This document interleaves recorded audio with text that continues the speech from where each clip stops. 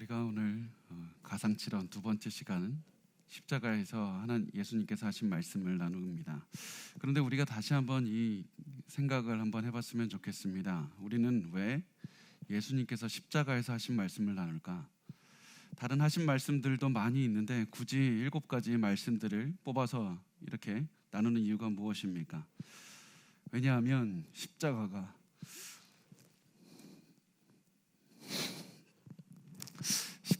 우리를 왜 사는지 알려주기 때문입니다. 십자가가 우리가 오늘 살아가는 이유가 되고, 십자가가 오늘도 우리가 예배를 드린 이유가 되고, 십자가 때문에 우리가 호흡을 하는 이유가 되고, 십자가 때문에 우리가 절망하지 않고, 십자가 때문에 우리가 아무리 힘들어도 절대로 포기하지 않는 그러한 능력이 되기 때문입니다. 예수께서 평생 죄인들을 위해 사시다가 결국 그 죄인들을 위해서 십자가에 오르셨습니다. 십자가가 없다면 우리가 당장 죽어도 마땅하지만 십자가가 있기 때문에 죄인인 우리가 오늘도 예배를 드리면서 천국을 바라보며 살 수가 있게 됩니다. 그래서 저는 십자가의 그 은혜를 생각할 때마다 너무 감사를 드리고, 십자가를 생각할 때마다 눈물이 날 수밖에 없고, 십자가를 생각할 때마다 그렇게 제 가슴에 그렇게 벅차오를 수밖에 없습니다. 저는 하나님께 많은 용서를 받은 그런 은혜를 참 잘 알고 있습니다. 내가 얼마나 큰 죄인인지, 그리고 이 자리에 서서 설교를 할 수 있는 그런 자격이 없다는 사실도 잘 알고 있습니다. 그럼에도 불구하고 하나님께서 저를 십자가의 은혜로 씻어주시고, 십자가의 은혜로 말씀하게 하시고, 또 십자가의 은혜로 많은 분들을 이끌게 하시는 그런 은혜를 많이 체험합니다. 그래서 우리가 오늘 이 십자가에서 예수께서 하셨던 이 가상칠언 두 번째 시간을 통해서 많은 분이 십자가의 은혜로 다시 돌아왔으면 좋겠습니다. 십자가의 은혜를 체험했으면 좋겠습니다. 십자가의 은혜로 우리가 다시 한번 힘을 얻었으면 좋겠습니다. 우리의 삶에 고난이 있다면 십자가를 생각하시고 다시 일어나시고, 우리의 신앙생활에서 무너진 것이 있다면 십자가를 통해서 다시 세우는 시간을 가지셨으면 좋겠습니다. 자, 우리 지난 시간을 이어서 두 번째 시간인데, 지난 시간에는 예수님께서 십자가에서 하신 7가지 말씀 중에 세 가지의 말씀을 나눴습니다. 첫 번째는 아버지 저들을 사하여 주옵소서, 자기들이 하는 것을 알지 못함이니이다. 두 번째는 내가 진실로 내게 이르노니 오늘 내가 나와 함께 낙원에 있으리라. 세 번째 여자여 보소서 아들이니이다. 보라 내 어머니라. 이렇게 3가지 말씀을 나눴습니다. 이 말씀을 잘 보면 이 첫 번째 처음 3가지의 말씀과 그 후반에 나오는 4가지의 말씀이 좀 다르다는 사실을 우리가 알 수 있습니다. 우리가 오늘 더 나누겠지만 처음 3가지에 관한 말씀은 전적으로 다른 사람에 관한 말씀이었습니다. 십자가에 오르셔서 가장 먼저 다른 사람을 위해서 기도하셨고, 다른 사람에게 천국으로 이끄셨고, 예수님의 그 어머니에게 그 관한 그런 말씀을 하셨습니다. 근데 이제 4번째에서 7번째까지의 이 말씀은 이제 예수님 자신에 관련된 말씀을 하십니다. 우선 남에 관한 말씀을 하시고 예수님 자신에 관한 말씀을 하시는데, 이 말씀조차도 이 자신의 어려움과 하나님 나 힘듭니다, 나 도와주세요, 이런 것이 아니라 철저히 죄인의 자리로 가셔서 이 죄인의 죄를 그 무게를 지신 그 예수께서 죄인의 입장이 되어셔서 하나님께 부르짖는 그 예수님에 대한 기도지만, 동시에 모든 죄인들을 대표해서 모든 죄인들을 대신해서 그런 드리는 기도를 하셨습니다. 예수님께서는 끝까지 사랑을 하셨습니다. 그래서 우리가 4번째부터 7번째까지의 말씀을 하나하나 살펴보면서 우리가 오늘 말씀을 나누겠습니다. 자, 우리 첫 번째 4번째 말씀을 같이 나누겠습니다. 4번째 말씀은 보면 4번째 말씀을 하기 전에는 굉장히 땅이 어두웠습니다. 마가복음 15장 33절의 말씀을 보면 이렇게 써 있습니다. 제6시가 되매 온 땅에 어둠이 임하여 제9시까지 계속하더니, 어둠이 계속해서 임했다고 말합니다. 하루에 가장 밝은 때인 12시부터 오후 3시까지 어둠이 짙게 깔렸습니다. 사람들은 굉장히 놀랐을 겁니다. 이게 도대체 어떠한 어둠인가? 왜 이렇게 어두워졌을까? 도대체 이것을 설명할 방법이 없어서 굉장히 두려워하고 큰 침묵이 흘렀을 겁니다. 그런데 이때 예수께서 이 침묵을 깨시고 소리를 치셨습니다. 우리 마가복음 15장 34절 같이 읽겠습니다. 시작.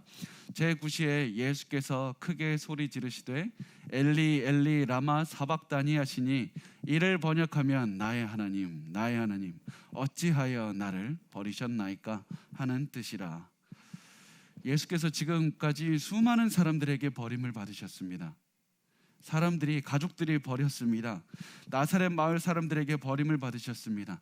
그리고 지금까지 예수님을 따르던 사람들이 이제는 예수님을 죽이라고 그렇게 소리치면서 버림을 받았습니다. 또 예수님의 제자들도 예수님을 버리고 다 떠났습니다. 모든 사람이 예수님을 버렸습니다. 그런데 지금까지는 예수님이 사람들이 떠나도 사람들이 버려도 괜찮았습니다. 왜 그랬냐면 예수님에게는 하나님과 맺는 관계가 있었고 하나님께로 갔으면 됐기 때문입니다. 사람들이 더 믿는 사람들, 더 사랑하는 사람들이 떠나갈수록 더 깊은 하나님의 그 친밀한 관계를 누리고 거기에서 기쁨을 얻으셨으면 됐습니다. 이제 요한복음 16장 32절을 같이 읽겠습니다. 시작. 보라 너희가 다 각각 제 곳으로 흩어지고 나를 혼자 둘 때가 오나니 벌써 왔도다. 그러나 내가 혼자 있는 것이 아니라 아버지께서 나와 함께 계시느니라. 아버지께서 나와 함께 계시니까 난 괜찮다. 너희들이 다 떠나도 그래도 괜찮다. 아버지께서 나와 함께 하신다. 그런데 이제 정해진 시간이 왔습니다. 십자가에서 예수님께서 말씀하신 것처럼 혼자 계시는 그 시간이 왔습니다. 그런데 이번에는 예전과는 달랐습니다. 예전과는 다른 한 가지 그것 때문에 예수님께서 이렇게 소리치셨습니다. 나의 하나님 나의 하나님 어찌하여 나를 버리셨나이까. 예수님이 이렇게 물으십니다. 왜 나를 버리셨습니까? 왜 나를 혼자 두십니까? 왜 나를 이 자리에서 내버려 두십니까? 우리가 그 예수님의 십자가에서 이 말씀을 하는 그 몸의 상태를 생각을 해보면 예수님의 몸은 계속해서 망가져가고 있습니다. 십자가에 있을수록 고통은 더욱더 심해져만 갑니다. 몸은 아파만 옵니다. 손발의 상처는 이렇게 묶여있고 못 박혀 있을수록 더욱더 벌어지길 수밖에 없습니다. 몸속에 혈액순환은 이루어지지 않아서 심장이 부풀어 올라서 터지기 일보 직전입니다. 온몸의 장기들도 터지려고 그러고 있습니다. 숨 쉬는 것 자체가 고통입니다. 너무나도 이 고통이 너무나도 심해서 하나님 이때 하나님 나를 위로해 주면 너무 좋겠는데 혼자 있어서 하나님께 어찌하여 나를 버리셨나이까. 이때 우리가 잘 보면 어찌하여 이 말에 우리가 잘 볼 수 있습니다. 우리가 가장 어려울 때 하나님께 드리는 기도가 이 기도 아닙니까? 하나님 왜 이 상황을 내가 겪게 하십니까? 하나님 왜 내가 이 병 때문에 고생을 하게 하십니까? 하나님 내가 왜 이 상황에 처했습니까? 왜라는 질문을 할 때 우리는 가장 어려움에 처한 상황에서 하나님께 기도를 합니다. 지금 이 예수님께서 왜 나를 버리셨나이까? 왜 나를 버리셨나이까? 이 하나님께 대해서 이렇게 왜 이 질문을 하는 것은 너무나도 절망적인 상황이고 너무나도 힘든 상황이고 너무나도 아픈 상황이기 때문에 그랬습니다. 하나님 너무 외롭고 너무 힘듭니다. 왜 나를 버리셨나이까? 하나님 나를 혼자 두지 마소서. 그래서 죄인의 멍에를 지시고 예수께서 나의 하나님 나의 하나님 어찌하여 나를 버리셨나이까 이렇게 외치셨습니다.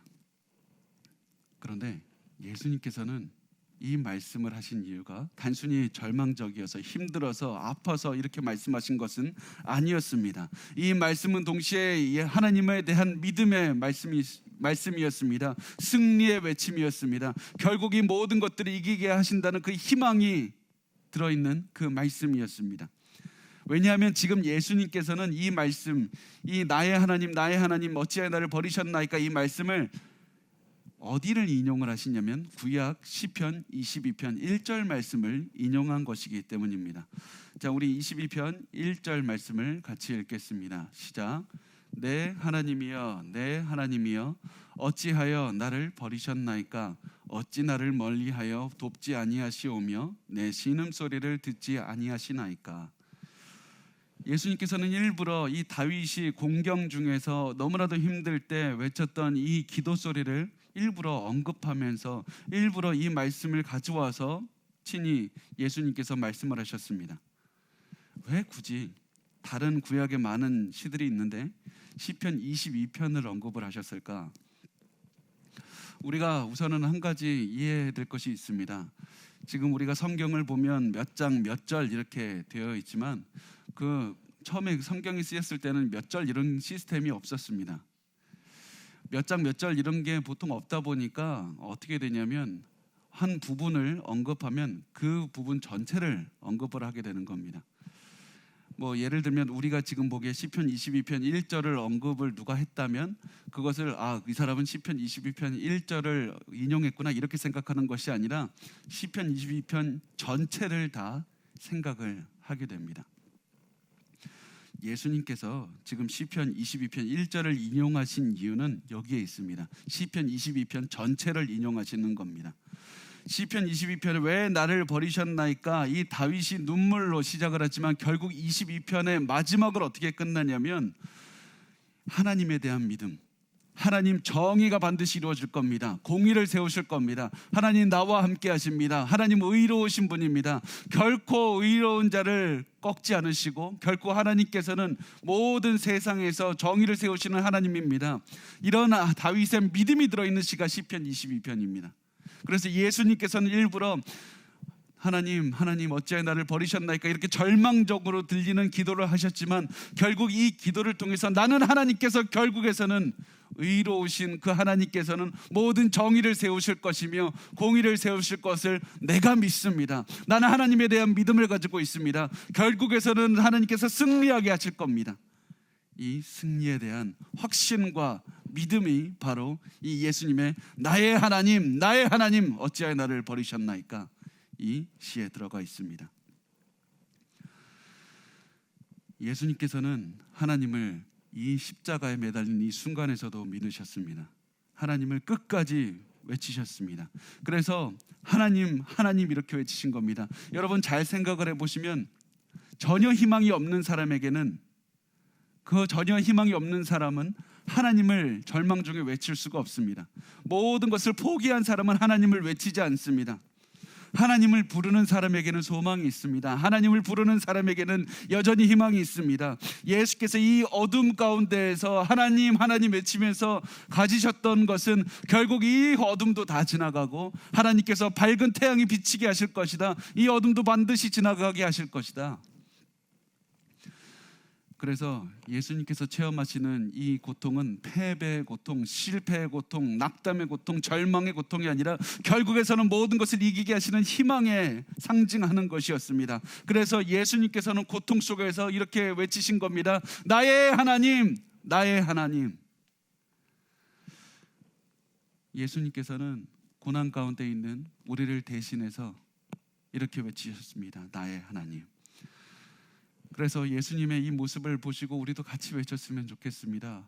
우리도 고난 가운데 있을 때 우리가 할 수 있는 것이 무엇입니까? 절망 가운데 아무것도 할 수 없다 이것이 아니라 예수 그리스도의 모습을 보면서 나의 하나님 내가 하나님을 믿습니다. 내가 너무나도 고통스럽고 너무 아프지만 결국에서는 하나님께서 의로우신 하나님께서 모든 정의를 세우실 겁니다. 이 마음을 가지고 시편 22편을 우리도 묵상하면서 예수 그리스도의 마음을 가지고 모든 고난을 이겨냈으면 좋겠습니다. 이렇게 할 때 우리의 마음속에서도 예수께서 주셨던 그 희망을 우리도 잡을 수가 있습니다. 자, 이제 네 번째 말씀이고 이제 다섯 번째 말씀을 같이 보겠습니다. 요한복음 19장 28절 말씀입니다. 같이 읽겠습니다. 그 후에 예수께서 모든 일이 이루어지신 줄 아시고 성경을 응하게 하려 하사 이르시되 내가 목마르다 하시니. 예수님께서는 모든 것을 아시는 분입니다.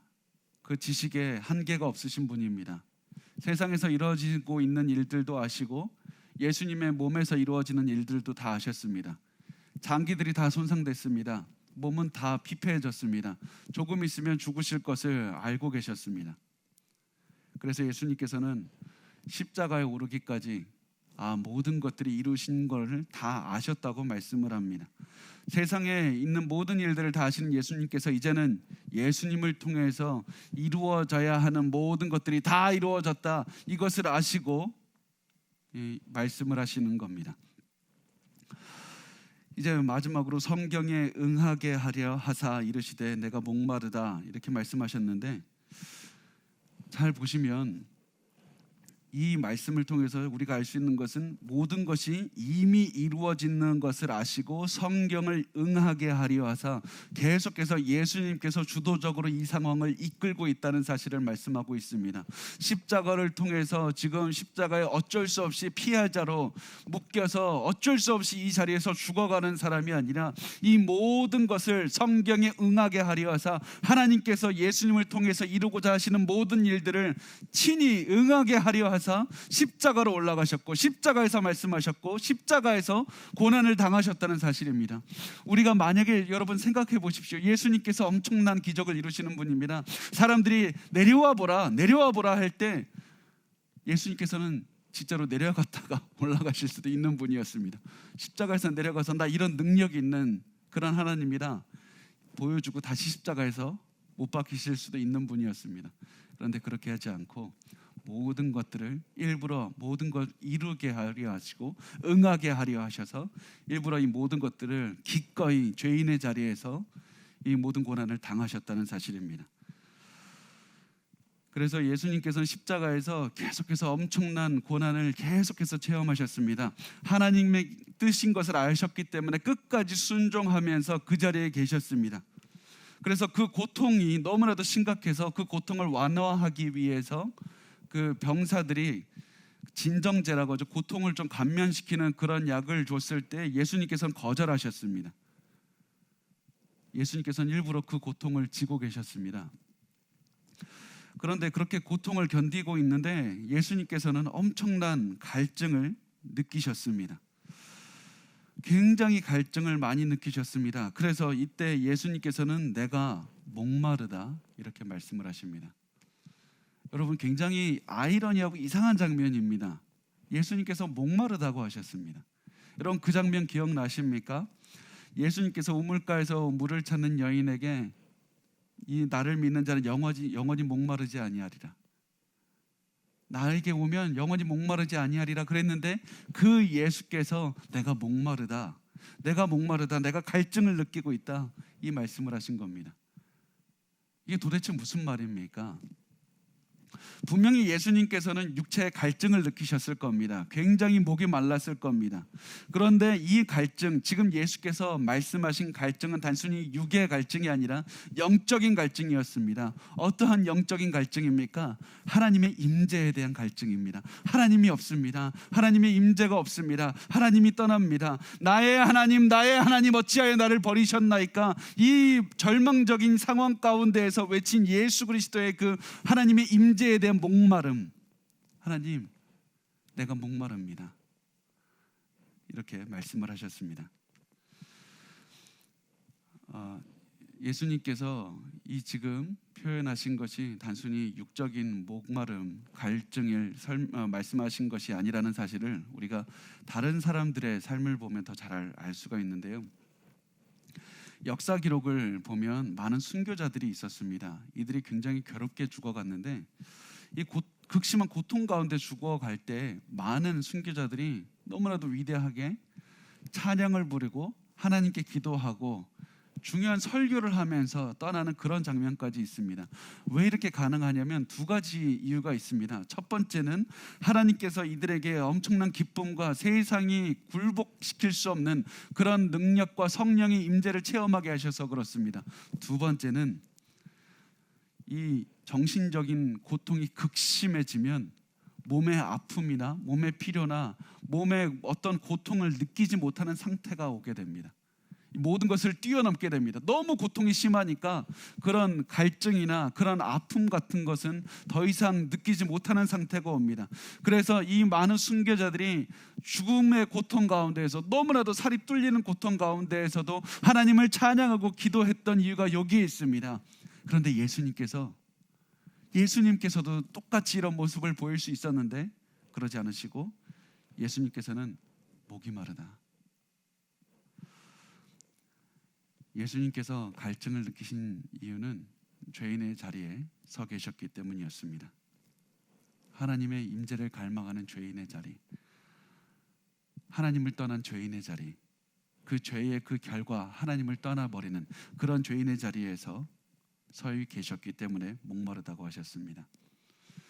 그래서 예수님은 목마르다고 하면서 로마 병정들에게 나에게 좀 물을 다오, 내 목을 적실 것을 좀 다오, 이렇게 얘기하신 것이 아니었습니다. 예수님은 하나님의 임재에 목마르다고 하면서 땅을 보고 얘기했던 것이 아니라 하늘을 보면서 하나님 내가 목마릅니다, 하나님 내가 목마릅니다, 하나님 내가 목마릅니다. 사실은 예수님께서 처음부터 이렇게 될 줄 다 알고 계셨습니다. 우리 요한복음 18장 11절 말씀을 같이 읽어볼까요? 시작. 예수께서 베드로더러 이르시되 칼을 칼집에 꽂으라. 아버지께서 주신 잔을 내가 마시지 아니하겠느냐 하시니라. 예수님은 일부러 잔을 마신다고 말씀을 합니다. 물을 마시는 것처럼, 포도주를 마시는 것처럼 하나님 아버지께서 주시는 잔을 내가 기꺼이 마시리라. 내가 너희를 위해서 마시리라. 죄의 대가인 고통과 죽음을 체험하는 이것이 바로, 이 운명의 자리가 바로 하나님 아버지께서 주신 잔이었습니다. 예수님께서는 일부러 이 순종하셔서 이 고난의 잔, 죽음의 잔, 십자가의 잔을 마시셨습니다. 하나님께서 주신 잔을 마셨더니 결국에서는 예수께서 하나님의 임재에 대해서 목마르게 됐다. 내가 목마르다, 이렇게 말씀을 하셨습니다. 우리가 이 예수께서 겪으셨던 이 목마름, 갈증에 대해서 우리가 생각을 좀 해봤으면 좋겠습니다. 영적인 갈증 여러분 느껴보신 적이 있습니까? 예수님께서는 하나님의 임재를 체험하지 못하는 것은 우리가 마치 너무 목말라서 목이 다 메워지는 그런 느낌인 것 같다, 그렇게 비유를 들어서 말씀하셨습니다. 영적인 목마름은 아무리 우리가 물을 들이마셔도 해결되지 않은 겁니다. 우리가 죄를 짓는 것은 그래서 마치 제가 보기에 소금물을 마시는 것과 같습니다. 소금물을 마시는 것과 같습니다. 우리의 죄의 모습이 무엇입니까? 하나님, 내가 이 물을 마시면 나의 모든 갈증을 해소할 수 있습니다. 내가 이 바닷물을 마시겠습니다. 소금물을 마시겠습니다. 계속해서 마시는데 마시면 마실수록 더욱더 갈증이 납니다. 더욱더 죽을 것만 같습니다. 몸은 다 망가집니다. 그래서 그 상태를 또 해결하기 위해서 또다시 마시고 또다시 마시는 것이 우리 죄인들의 모습이고 우리의 모습이 되겠습니다. 결국 그렇게 죄의 소금물을 계속해서 마신 다음에 남는 것은 결국 후회밖에 남지가 않게 됩니다. 그래서 예수님께서는 이 자리에서, 우리 모든 죄인들의 자리에서 하나님의 임재의 물을 주십시오, 하나님의 임재의 물을 주십시오, 이렇게 말씀을 하셨습니다. 그런데 여기에 인간의 비극이 또 나타납니다. 인간의 한계, 인간의 비극, 이것이 무엇이냐면 우리 요한복음 19장 29절 말씀을 같이 읽어보겠습니다. 시작. 거기 신 포도주가 가득히 담긴 그릇이 있는지라 사람들이 신 포도주를 적신 해면을 우슬초에 메어 예수의 입에 대니.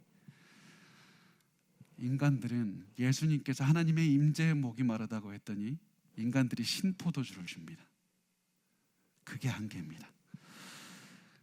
우리 인간들은 그 하나님의 갈망하는 영적인 갈증을 느끼는 이 상황에서도 우리가 주는 것은 무엇이냐면 너무나도 어리석게도 신포도주를 주면서 이거 마시면 해결할 수 있습니다, 신포도주를 마시면 해결할 수 있습니다. 그렇게 계속해서 신포도주가 가득 담긴 그릇을 줘봤자 아무것도 해결이 되지가 않습니다.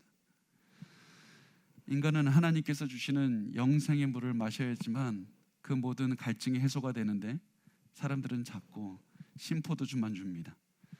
내가 아무리 가장 사랑하는 사람이 있어도, 가장 아끼는 사람이 있어도 그 사람에게 나의 마음을 주고 내 사랑을 주면 다 그것으로 될 것 같은데 결국에서는 우리가 줄 수 있는 그 전부는 결국 신포도주라는 겁니다.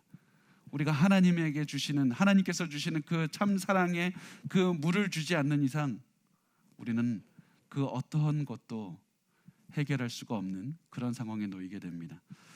그래서 우리의 갈증을 해결하는 단 하나의 힘은 바로 하나님 그 예수 그리스도의 그 영생의 물밖에 없다는 사실을 기억하셨으면 좋겠습니다. 예수 그리스도의 그 갈증, 내가 목마르다, 그 마음을 여러분도 체험하셨으면 좋겠습니다. 자, 그리고 나서 이제 여섯 번째 말씀이 나오는데, 우리 요한복음 19장 30절 말씀을 우리 같이 읽겠습니다. 시작. 예수께서 신포도주를 받으신 후에 이르시되 다 이루었다 하시고 머리를 숙이니 영원히 떠나가시니라. 예수님께서는 모든 인간의 그 죄인의 자리에 서서 하나님의 임재에 대한 갈급함, 갈증을 느끼셨습니다. 그리고 마치 하나님께서 주시는 잔을 다 마셨다는 그런 의미로 신포도주도 이제 받으셨습니다. 그리고 죄인의 자리에 서서 죄로 인한 모든 처벌을 받으신 다음에 다 이루었다 말씀을 하셨습니다. 그리고서는 머리를 숙이고 영원히 떠나갔다고 말씀을 합니다. 왜 예수님께서 머리를 숙이셨다고 말씀을 하냐면 바로 앞에 하나님이 있기 때문입니다. 하나님 앞에 머리를 숙이면서 끝까지 겸손한 모습으로, 끝까지 순종하는 모습으로, 죽을 때까지도 결코 하나님의 뜻에 반하여 살아가지 않고 끝까지 순종하면서 내가 다 이루었습니다. 하나님, 아버지, 내가 다 이루었습니다. 그러면서 고개를 숙이면서 이제 영원히 떠나가게 됩니다. 그런데 여기서 영원히 떠나갔다고 말씀하셨을 때 이 단어가 굉장히 중요합니다. 영원히 떠나갔다고 말할 때 이 헬라어로 파라디도미라는 단어를 씁니다. 예수님께서 죽으셨을 때 파라디도미라는 단어를 쓰는데, 이 말이 보통 어떻게 번역이 되냐면 넘겨준다, 이런 말로 번역이 됩니다. 예수님께서 친히 자신의 영혼을 아버지께 넘겨주셨다라는 의미가 됩니다. 파라디도미. 그런데 일부러 요한복음을 보면, 또 다른 복음서도 마찬가지지만 요한복음서에도 계속해서 이 파라디돔이라는 단어를, 넘겨준다는 단어를 굉장히 중요하게 사용을 하고 있습니다. 우리 이 말씀을 한번 잠깐 볼 텐데, 자, 파라디도미가 어떻게 쓰이냐면 가룟 유다가 예수님을 배신해서 그 예수님을 팔려는 생각을 가졌을 때 가룟 유다에 대해서 이렇게 말씀을 합니다. 요한복음 13장 2절 말씀을 같이 읽겠습니다. 시작. 마귀가 벌써 시몬의 아들 가룟 유다의 마음에 예수를 팔려는 생각을 넣었더라. 이 팔려는 생각을 넣었더라, 이 말이 파라디도미, 이 단어를 써서 사용하고 있습니다. 파라디도미 하려는 생각이 예수를 넘기려는 생각이었습니다. 그래서 가룟 유다를 예수를 넘기는 자, 파라디도미 하는 자라고 말씀을 합니다. 그 시간이 지나서 예수님께서는 안나스와 가야바에게 넘겨지셨다가 빌라도에게로 또 넘겨지게 됩니다. 요한복음 18장 30절 말씀을 같이 보겠습니다. 시작. 대답하여 이르되 이 사람이 행악자가 아니었더라면 우리가 당신에게 넘기지 아니하였겠나이까. 여기서 또 넘긴다는 말이 파라디도미, 넘겨졌다. 예수님께서 계속해서 이제는 빌라도에게 넘겨지고, 또 빌라도에게서도 이제 십자가로 넘겨지는 장면이 요한복음 19장 16절에 나옵니다. 같이 읽겠습니다. 이에 예수를 십자가에 못 박도록 그들에게 넘겨주니라. 예수님을 십자가에 못 박도록, 매달도록 넘겨준다, 파라디도미 했다. 예수님께서는 계속해서 수동적으로 사람들이 넘기고, 그래서 예수님이 마치 끌려가는 어린 양처럼 이렇게 모습이 그려지고 있습니다. 예수님을 죽이려는 사람들에게 계속해서 수동적으로 죽음에 넘겨지는 모습으로 그리고 있습니다. 그래서 이제는 십자가에서 그렇게 매달려 있습니다. 사람들이 죽이려고 지금까지 넘겨왔습니다. 그런데 이제 예수님께서 이제 죽기 일보 직전입니다. 죽으시는 장면에서 엄청난 반전이 일어납니다. 그 어떤 누구도 예수님의 생명을 빼앗을 수는 없습니다. 그 어떤 누구도 예수님을 죽일 수가 없습니다. 예수님 스스로가 그 삶을 포기하셔야 됩니다. 요한복음 10장 17절에서 18절 말씀을 우리 같이 읽겠습니다. 시작. 내가 내 목숨을 버리는 것은 그것을 내가 다시 얻기 위함이니 이로 말미암아 아버지께서 나를 사랑하시는지라. 이를 내게서 빼앗는 자가 있는 것이 아니라 내가 스스로 버리노라. 나는 버릴 권세도 있고 다시 얻을 권세도 있으니 이 계명은 내 아버지에게서 받았노라 하시니라. 그 어떠한 자도 예수님의 목숨을 빼앗을 수가 없습니다. 예수님의 목숨을 빼앗을 수 있는 그런 권위와 권세는 바로 예수님 스스로에게 있습니다.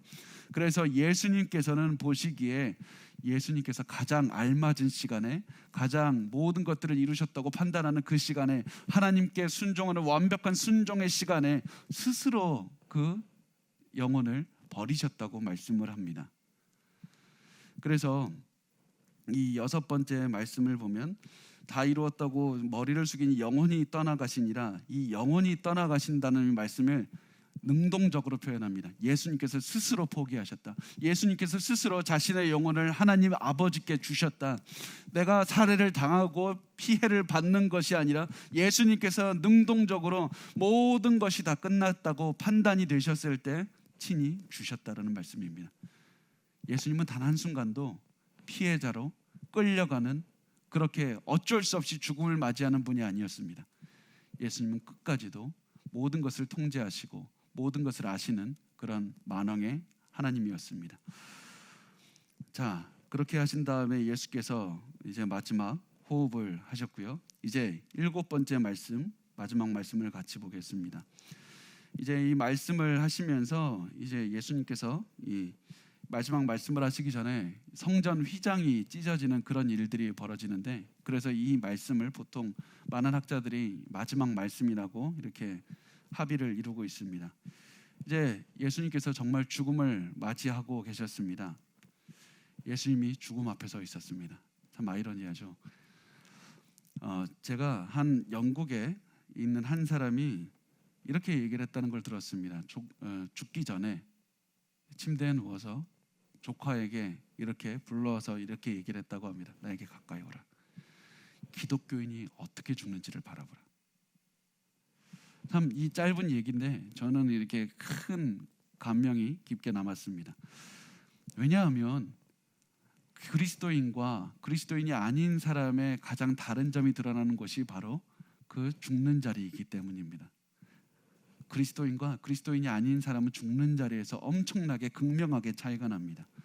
죽음 앞에서 어떤 태도를 보이는가? 아무리 참혹하게 순교를 당해도 예수 그리스도를 믿는 사람은 찬양과 기쁨이 넘쳐나는 그런 죽음을 맞이합니다. 그런데 아무리 평화롭게 보이는 사람이라도, 아무리 화려하게 산 사람이라도 예수가 없으면 그가 죽음을 두려워하면서 살아가는 모습을 보게 됩니다. 어떤 사람은 사랑하는 예수님을 만난다는 생각에 기쁨과 설레임이 가득 차는 마음으로 예수님 다시 오시옵소서 마라나타 하면서 죽음을 맞이하지만, 어떤 사람은 죽음 다음에 내 다음에 삶에 무엇이 있을까 두려워하며 나는 왜 이런 인생을 살았을까 허무하게 후회하는 삶을 살아가게 됩니다. 우리의 모델이신 예수 그리스도는 어떻게 죽음을 맞이했을까? 우리의 모델이신 예수 그리스도는, 우리가 따라가야 되는 예수 그리스도는 어떻게 죽음을 맞이했을까? 우리 같이 한번 그 모습을 보겠습니다. 누가복음 23장 46절 말씀 우리 같이 읽겠습니다. 시작. 예수께서 큰 소리로 불러 이르시되 아버지 내 영혼을 아버지 손에 부탁하나이다 하고 이 말씀을 하신 후 숨지시니라. 마지막 말씀은 어둠 속에서 외치신 이 말씀, 아버지 내 영혼을 아버지 손에 부탁하나이다. 오후 3시가 돼서 사람들이 양을 잡고 이 기도를 할 때 예수께서는 죽으시면서 마지막 기도를 하신 것이었습니다. 다른 사람과 잡담하신 것도 아니고 혼잣말을 하신 것도 아니고 기도하시면서 끝을 내셨습니다. 아버지, 아버지 내 영혼을 아버지 손에 부탁하나이다. 아버지, 아버지 죽으시면서도 끝까지 아버지, 왜 그러셨습니까? 이 십자가에서 엄청난 고난을 당하고 십자가에서 너무나도 큰 고통을 당하면서 죽으면서까지도 끝까지 아버지, 아버지 불렀던 이유는 아버지에 대한 믿음이 있었기 때문입니다. 여전히 아버지를 사랑하는 마음이 있었기 때문입니다. 여전히 아버지와 그 친밀한 관계를 내가 알고 있기 때문입니다. 그 누구보다도 하나님 아버지를 잘 아는 분은 바로 예수 그리스도셨습니다. 그래서 예수님은 죽는 순간까지도 아버지, 아버지 나의 손을, 나의 영혼을 아버지의 손에 부탁하나이다. 예수님은 죽으시면서까지도 끝까지도 하나님을 믿는 마음으로 아버지를 불렀습니다. 나와 친밀한 아버지를 믿습니다. 나는 아버지를 믿습니다. 나는 아버지를 믿습니다. 내가 절망 가운데 있어도 아버지를 믿습니다. 내가 죽는 순간에도 아버지를 믿습니다. 자신이 믿는 하나님 아버지께 예수님 자신은 나의 영혼뿐만 아니라 내 모든 것을 아버지께 부탁드립니다. 내 모든 것을 아버지께 드립니다. 아버지 받아주소서. 그렇게 하시고 마지막으로 호흡을 하셨다가 이제 죽으시게 됩니다. 이것이 우리가 보는 가상칠언의 그 말씀입니다. 우리가 이 4가지 오늘 해서 7가지의 말씀을 나눴는데 여러분 이 말씀을 들으시면서 어떻게 생각을 하셨습니까? 많은 분이 예수 그리스도의 십자가의 죽음을 그냥 넘깁니다. 왜냐하면 우리는 이미 결론을 알고 있습니다. 예수님께서 죽으셨다가 3일에 부활하시지 않았습니까? 나도 다 알고 있습니다. 어차피 살아나실 거, 죽음은 그렇게 중요하지 않게 우리가 여기는 경향이 있습니다. 그런데 예수 그리스도의 그 성경을 통해서 전해지는 그 말씀은 예수 그리스도의 죽음을 결코 가볍게 여길 수가 없게 만듭니다. 예수 그리스도의 그 십자가의 죽음을 우리가 그 무엇보다도 무겁고 그 십자가의 그 무게를 우리가 직접 체험하라고 말씀을 합니다. 십자가에서 죽으시는 그 예수 그리스도께서 느끼셨던 그 모든 것들을 우리로 느끼기를 원합니다. 십자가에서 예수께서 부르짖으셨던 그 모든 고통 중에 부르짖었던 그 말씀을 성경은 우리로 이해하기를 원합니다. 왜 그렇습니까?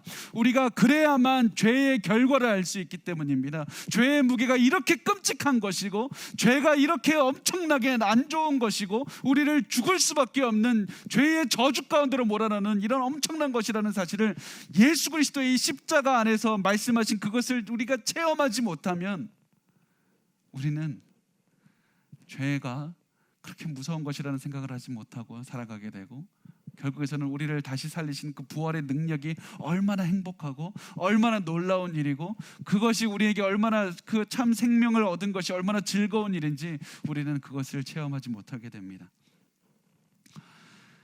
십자가의 무게를 체험하는 사람만이 부활의 기쁨도 체험할 수가 있습니다. 십자가에서 예수께서 느끼셨던 그 말씀의 그 무게를 이해하는 사람만이 그 무덤에서 나오신 예수 그리스도께서 우리에게 주시는 참된 기쁨과 즐거움을 체험할 수가 있습니다. 그래서 우리가 이 예수 그리스도의 십자가를 통해서 드러난 예수의 사랑을 항상 체험하시고 찬양했으면 좋겠습니다. 예수 그리스도의 십자가의 무게를 생각하셨으면 좋겠습니다. 그 예수 그리스도의 십자가의 무게, 죄의 무게가 얼마나 큰지 그것을 체험하셨으면 좋겠고 그것을 통해서 우리의 삶 속에서 그럼 나의 삶에선 어떻게 변해야 되는가? 나의 삶에서는 어떠한 삶을 살아내야 되는가? 그것을 고민하셨으면 좋겠습니다.